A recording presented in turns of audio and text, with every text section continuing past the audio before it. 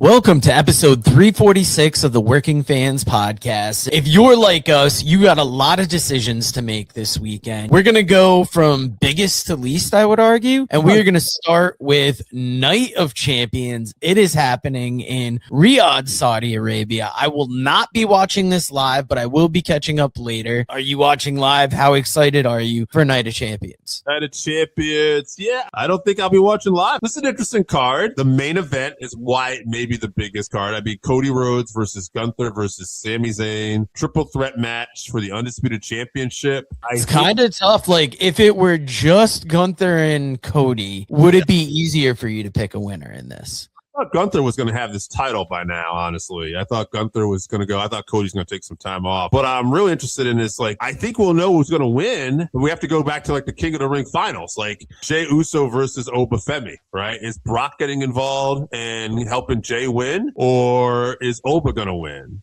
Because if Oba wins, I think you got Oba and, potentially Gunther. But I don't know. I guess I'm going to go in the main event. I will go Gunther finds a way to take this title. Sami Zayn is going to do something. He's in the match, but it's going to be some kind of moment where he does something a little extra underhanded, costs Cody. Gunther takes advantage of it. Gunther wins. And by saying that, I'm also going to say Oba beats Jey Uso in the King of the Ring. I'm kind of combining these two here a little bit. That's interesting that you say the two play into each other. Ooh, I do like Brock costing Oba and Jey winning King of the Ring, so I will agree with you on that. But I feel like they're going to be sending that crowd home happy, and I feel like Sami is winning that title in Saudi Arabia. Very possible. And also, I think I picked Oba, but I think I am going to go with Brock costing him because you know what? There's a couple ways to do it. You can set up Jey Uso and Sami by your way, or you can do Jey Uso and Cody. So there's a couple ways of doing that. So I like that. And Oba, if he does win, he could always challenge Roman. Interesting, yeah. Let's get into another matchup here. Trick Williams defends that United States title against Ricky Saints. I like Ricky, but I don't think it's his time just yet. I got to stick with Trick for now. Yeah, I think this is going to be an interesting match. I don't see Trick losing in Saudi Arabia. Ron Breakker versus Seth Rollins in a steel cage. I say put the young man over. Let's go, Braun. I'd be surprised if Braun doesn't win. Part of me wants to pick Seth to be different, but Braun is just on such a hot streak that you got to give him the win. Tiffany Stratton defends that United States Championship against Jade Cargill. Jade, former champ. Is she going to maybe take this United States title instead? Yeah, I say not yet. I'll go Tiffy time. I want Tiffany Stratton to win, but I feel like Night of Champions, you're in Saudi Arabia. You got to give him a couple title changes. Jade Cargill wins in Saudi Arabia. And in the final matchup we'll preview, 6 matches on the show altogether. Io Sky versus Liv Morgan for the Queen of the Ring finals. I got Io Sky. My guess is the plan is Sky will win and challenge Ripley for the championship at SummerSlam because Ripley still hasn't beaten Io in a singles match.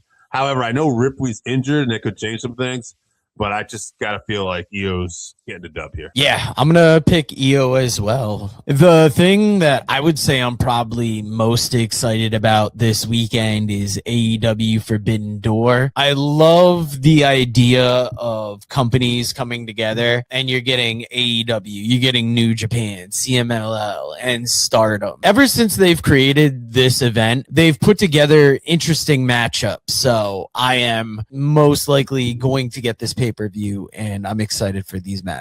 Talk about the 2 pre-show matches that have been announced. There's 11 matches announced so far, counting pre-show. Tony Khan's going to put another one on. At least one more. My man. Who's Big Boom AJ facing? Oh, not on the card yet. So we'll see. We got a TBS Survival, the fittest qualifying match. Sky Blue versus, and you can help me with this one, Joe. Micah? Okay. That is interesting. I don't see an AEW talent losing, especially since we're familiar with Sky Blue. I'm not familiar with Micah, but I'm not big into Stardom. So I see Sky Blue winning. It's going to be an interesting match. I'm excited to see Micah. I'll go with Divine Dominion, Megan Bayne and Lena Cross versus Thunder Rosa and Olympia. I got to go with the women's tag champ so far. I don't see Divine Dominion losing those on a pre-show. I hate that you say it's on a pre-show because when you say it like that, I don't see him losing. But there's just I have this feeling that they're going to lose the title and somehow have to chase it. So I'm going to go the team with Thunder Rosa. Cope and Cage defending against the Dogs, David Finlay and Clark Connors. I like how I said that, by the way. Clark Connors. Clark and David Finlay. I like these guys a lot, honestly. They're pretty cool. That being said, I think it's pretty obvious to me that Cage and Cope, they're going to be wrestling at Wembley, probably against the Bucks, maybe FTR. I know FTR stepped away for a bit. Some kind of crazy ladder match. So this is just a stop in between there.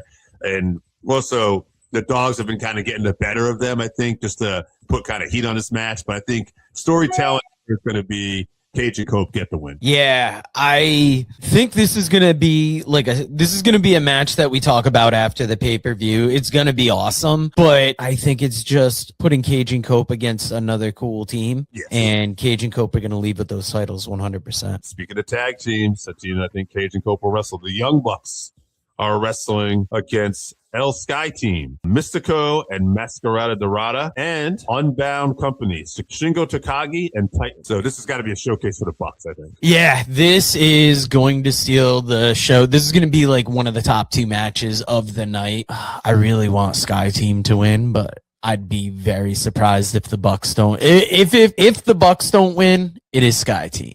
Yes, I would agree with you. Gotta go with the Bucks, but Sky Team would be the wild card. All right, this should be a lot of fun. Jon Moxley versus Bandito for the AEW Continental Championship. Ooh, I did not know about this. Yeah, I'm gonna go with Mox. This is one of the things, though. Sometimes I think these AEW pay-per-views, I kind of know who's going to win some of these. Now, I'm sure there'll be a few surprises, but I got to go with Mox here. I'm going Mox. Like, I want to say Bandito. This is going to be a great match, but I feel like to take that title off of Moxley because he's had such big defenses, I'm going to say Moxley as well. IWP Global Heavyweight Championship, Shota Umino versus Pac.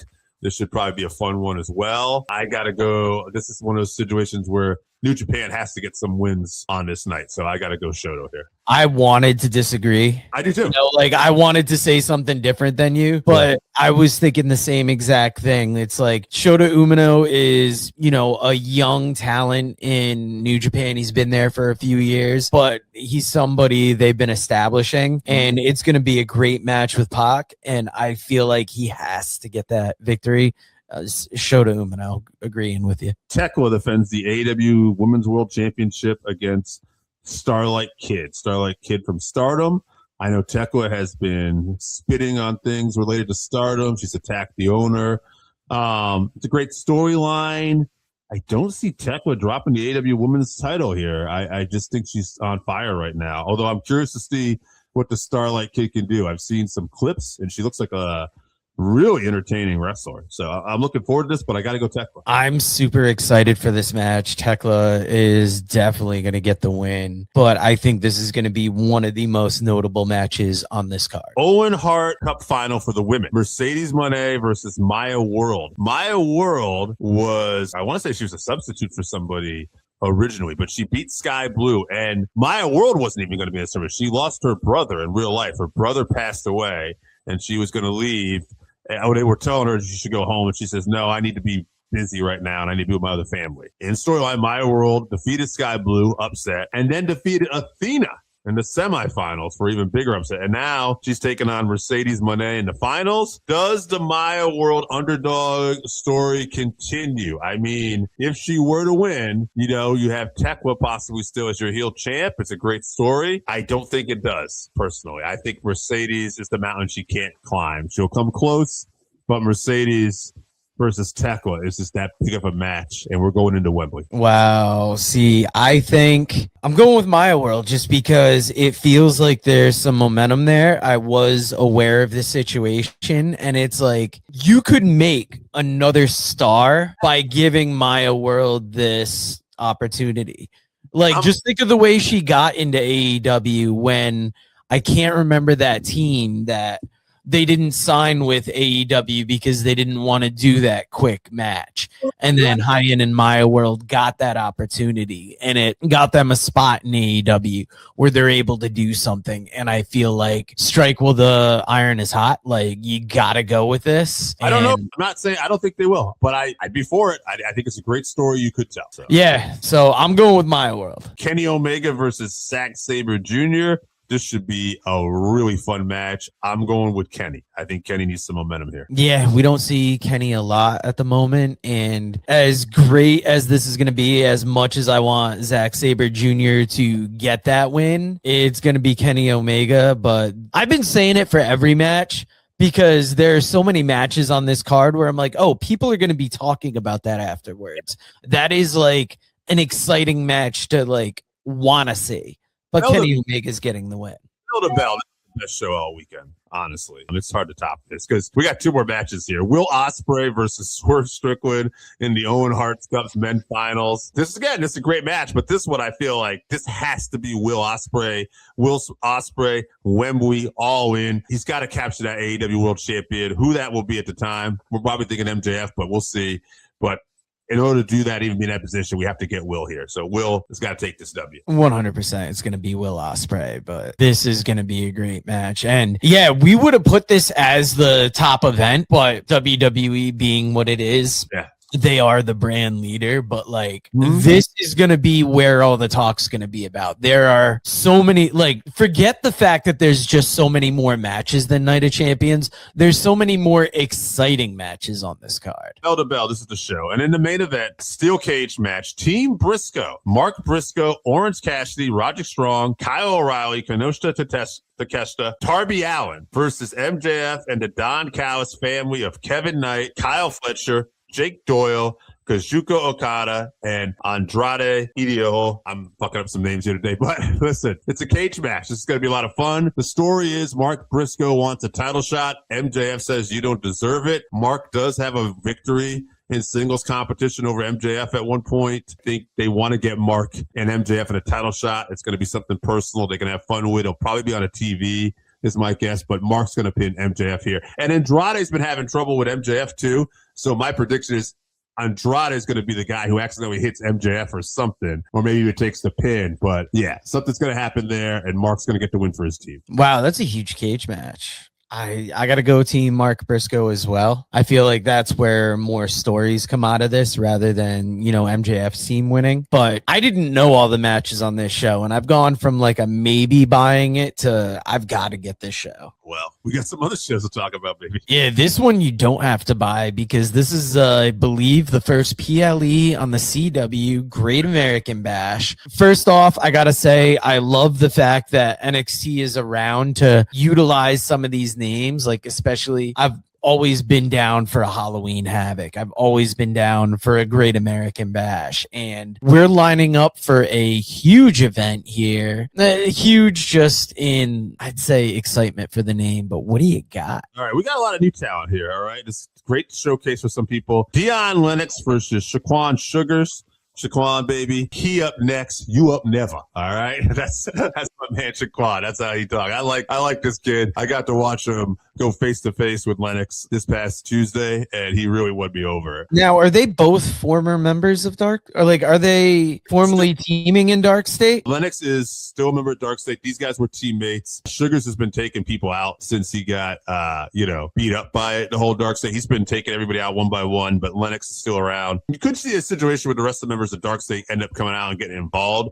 But I don't know. I like Sugars. I think that this is his moment. I think he stands tall for me. I'll agree with you. I'll go with it. Like Dark State was kind of like hit or miss in NXT. They really tried doing something with them. They're probably the bigger names of the younger talent on the roster. So I'm interested in the story, I guess, more so than the match in this one. Ren Sinclair is going to defend her speed championship against Ariana Grace with Shannon Stacks Lorenzo. Now, she is part of that group Birthright. I could see some chicanery going on around here, but I don't know. I have this picture in my mind how things are going to work out tonight, so I'm going to say Ren gets to win here. I'm going Ariana Grace, because Ren Sinclair, a great talent, but Ariana Grace, I feel like there's something more with maybe Birthright getting some more gold and having more bragging rights. I like it. Miles Bourne defends the North American title against Tavion Heights. I'll say it's Tavion Heights time. He finds a way to get the win here. Yeah, I'd say Tavion gets it just because Miles Bourne, a little more established, I don't think needs the title as much.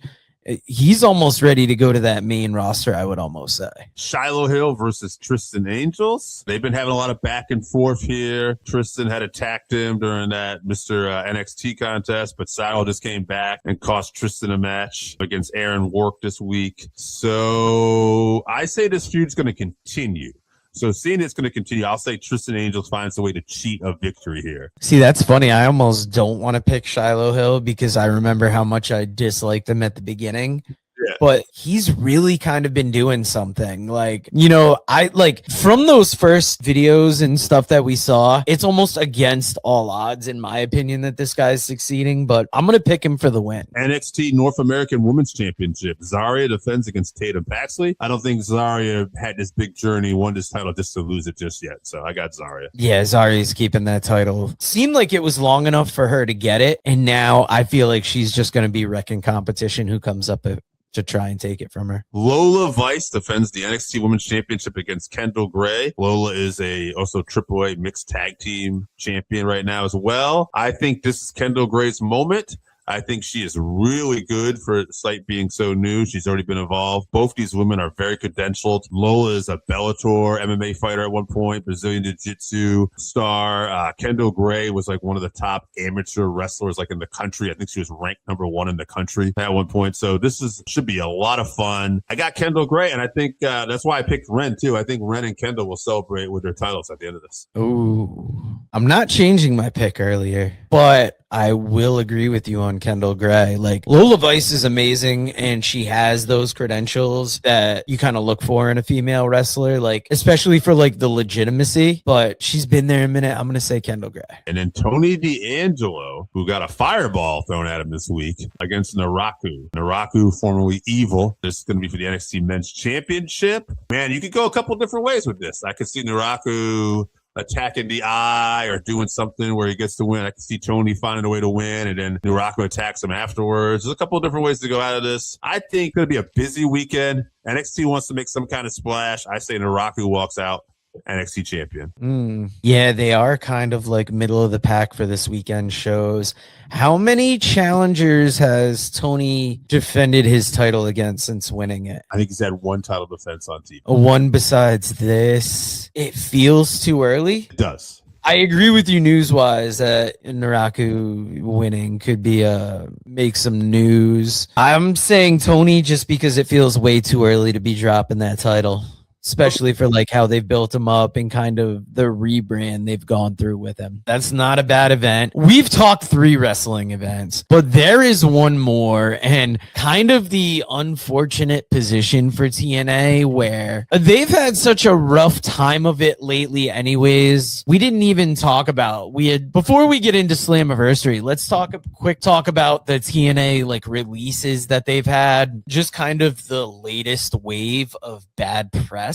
Where I feel like public sentiment isn't behind them like it once might have been. Yeah, and then you're putting out a pay-per-view the same week as other ones. Say what you were going to say. Sorry about interrupting you there. Going into the TV deal with AMC, I think people wanted this for them. They're happy. But now it's just there hasn't been a lot of buzz coming out of this brand. And it has been a little negative thing. I think there was the whole thing where they pulled Leon Slater, earlier this year from the match with Ricochet, and I think that got some negative news. Now we've dropped a couple wrestlers, Tessa Blanchard, Steve Macklin. I wanted to bring up Steve Macklin because remember he lost Feast or Fired earlier this year, and then it's he kind of came back, and then it's he leaves again, and it's almost why not have called it a day there? It's that weird wrestling booking of Brock kind of retiring and then not retiring that it's kind of odd. It's odd. And then, of course, Tommy Dreamer got let go, and then Tommy got a ton of negative press press, which maybe isn't really necessarily related to TNA as much as it was to Tommy. But yeah, this company could really use a good show. And there are rumors pretty much that Mike Santana's contract is done like in July, like the beginning of July. So this is it would be not a bad idea for him to leave there. I think he's done enough in TNA where he's kind of separated himself from being that tag team star. And if he went to NXT now, he could stand on his own too. And I would guess be in WWE in no time. Yeah, he'd be great in NXT right away, challenging Tony D'Angelo or The Rock. You know what I mean? I think that could be something fun. Let's get to this card here. We got Slammaversary, Indy Hartwell versus Morrissey and Elena Black. This is a three-way on a pre-show match. I'll go with Indy Hartwell. Yeah, Indy stands out the most amongst those names, and you said this is a pre-show, so I feel like it could be like a little bit of a spotlight match. I like this match here. Ultimate X for TNA Division, X Division Championship. Yep. Cedric Alexander, I know where you're going. Cedric Alexander, Leon Slater, Frankie Kazarian, Mr. Elegance, Fabian Eichner, Casey Navarro, and Amazing Red is going to be in this match. That's pretty cool. This is the match that when I heard about it, initially, before I knew this was going up against anything else, I'm like, ooh, that sounds interesting. I would watch that. Maybe I'll watch it. It depends if I catch it. This is an amazing looking match on an otherwise like an amazing show, I would say. I'm going to go Leon Slater. Maybe he gets the title back here, too. Ooh. I'm going to say Leon Slater loses and leaves TNA. Oh, okay. Oh, okay. So who's winning? TNA doesn't know what the fuck they're doing, so it's going to be Mr. Elegance. Fuck me. I hope you're wrong. I hope I'm wrong too, but it's like when wrestling is doing its best, sometimes it pisses you off the worst. And what would get more heat than Mr. Elegance beating Amazing Red, Frankie Kazarian, Leon Slater? AJ Francis versus Elijah. If Elijah loses, Francis will own his name, likeness, and music catalog. I'll just go Elijah. So that doesn't happen. That's why this company's in the damn state that it's in. Bullshit like this.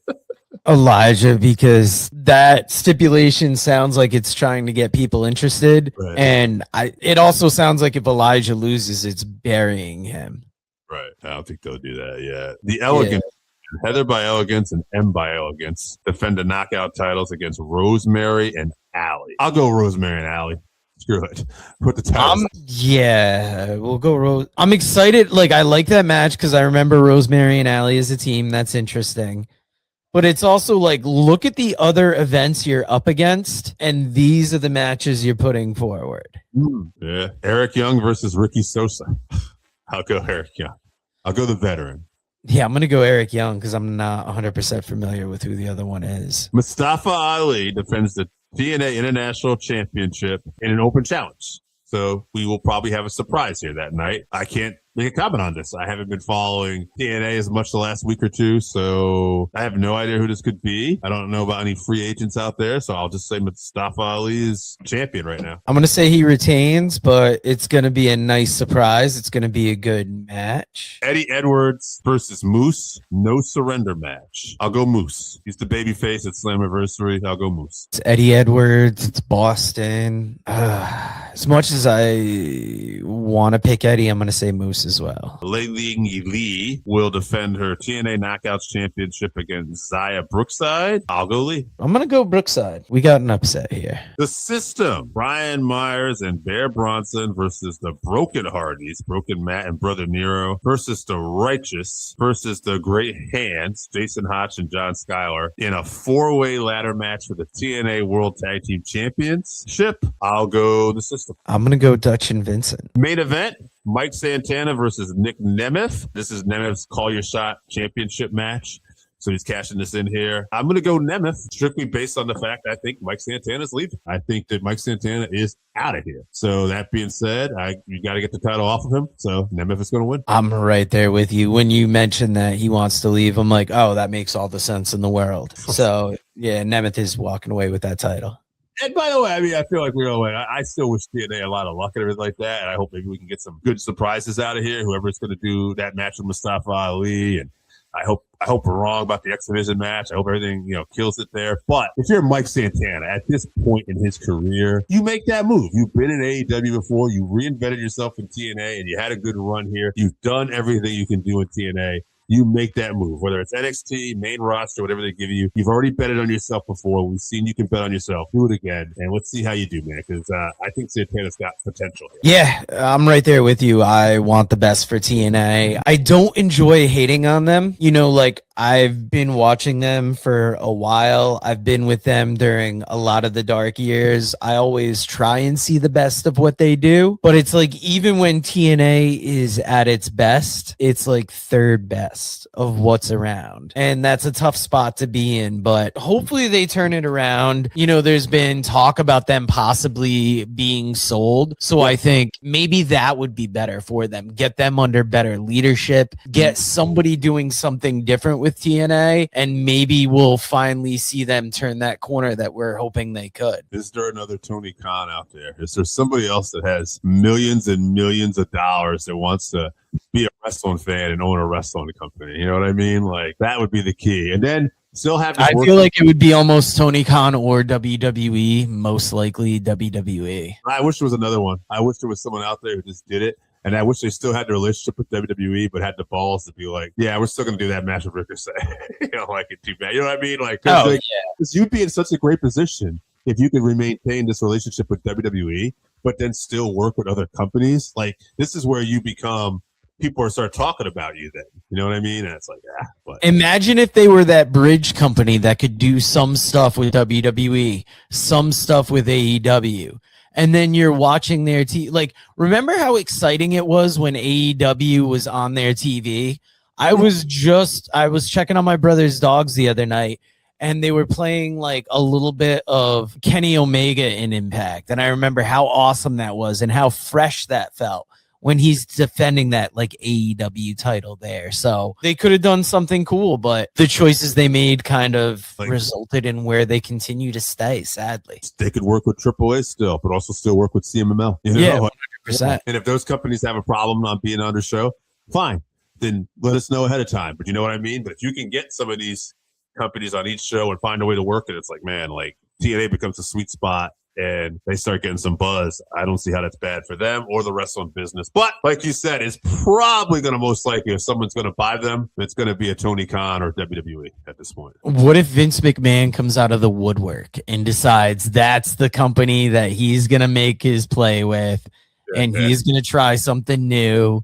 That would be some shit. But before we get out of here today, I didn't pull up a graphic for this because the news was kind of breaking as we were doing our running around this morning. But Joe Doring passed away. And that is, speaking of TNA, that was a bright spot in TNA because he was one of these guys that made his name in Japan, stood out so much. He felt like a throwback to a different era, and then came to TNA, was amazing there, but sadly his illness returned. He passed away today. I don't know if any Joe Doring matches especially stand out for you, but I know you had to be as much of a fan as I was. When he came into TNA, like you said, he just had that look like a Stan Hansen type guy. The fact that we knew he was from All Japan and he had a great run there, it just gave him that vibe, that vibe of a different era. And I liked him and Eric Young working with each other in TNA. And I always remember that. And I remember when he left TNA, I had heard that at that time he wasn't doing the greatest, and that was part of the reason. And I felt bad. And to hear this is just, it's a real bummer because in this business, you're always looking for someone to be different.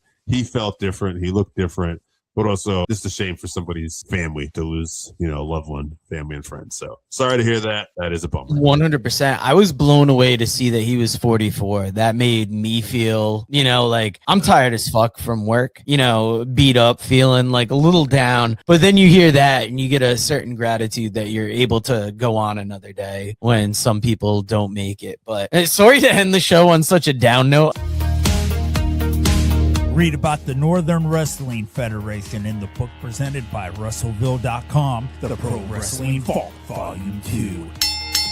Hear the story of Roger Ruffin, the man who trained Carl Anderson, the Monster Abyss, Jordan Clearwater, Chris Harris, and Jillian Hall. Plus 45 other short stories including Jazz, Bobby Eaton, Kamala, Thunder Rosa, Mario Mancini, Scott Casey, PJ Black, Kerry Morton, Sal Renaro, Jeremiah Plunkett, Colby Carino, Bam Bam Malone, and many others. Get your book today at Russellville.com.